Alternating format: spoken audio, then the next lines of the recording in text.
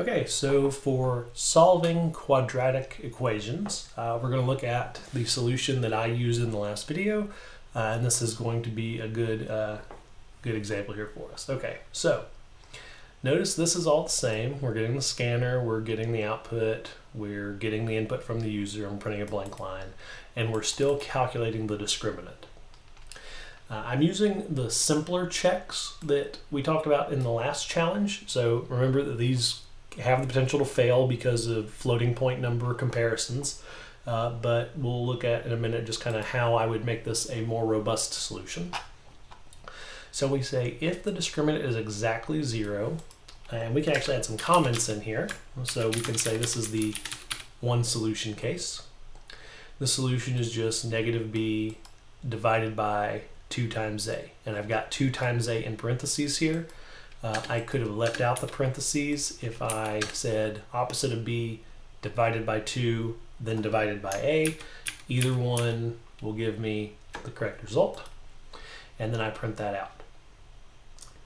So if the discriminant is not exactly 0, then I go to the next case. I can say, okay, this is the 2 solution case.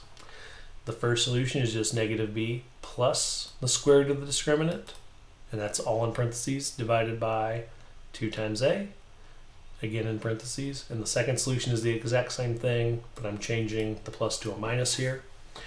Same as before, I could have left out the parentheses if I changed this multiplication to a division. That just goes back to your order of operations and your precedence operators.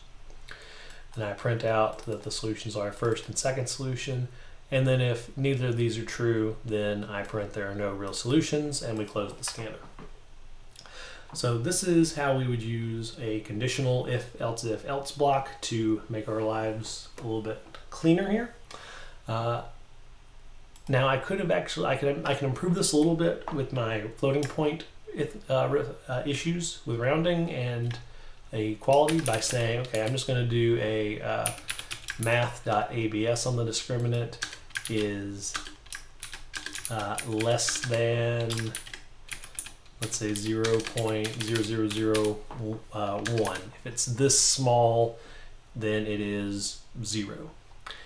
And I don't have to change anything else, because if this condition is met, we assume there's one solution. If this condition is not met, we assume it's either too big or it's too negative. So that's really the only change we have to make here.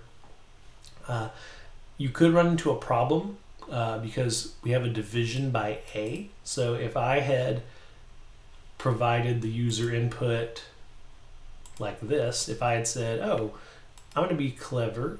Let's see, I've got an error in the code that I didn't fully flesh out. Let's see what's wrong.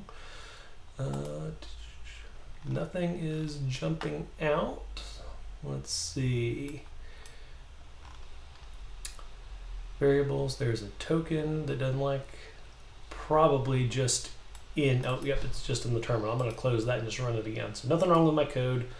Make sure you've got a clean terminal when you run this. Perfect. If I'd been clever and said, oh, a is 0, then I get weird numbers here. And that's because since we're dividing by a can't be 0. We haven't seen how to kind of deal with the user giving you bad input. We haven't seen enough to know how to do that yet, but we will get to that in a later lesson and a later challenge. But this is kind of a little bit more robust now, and it can do a lot more.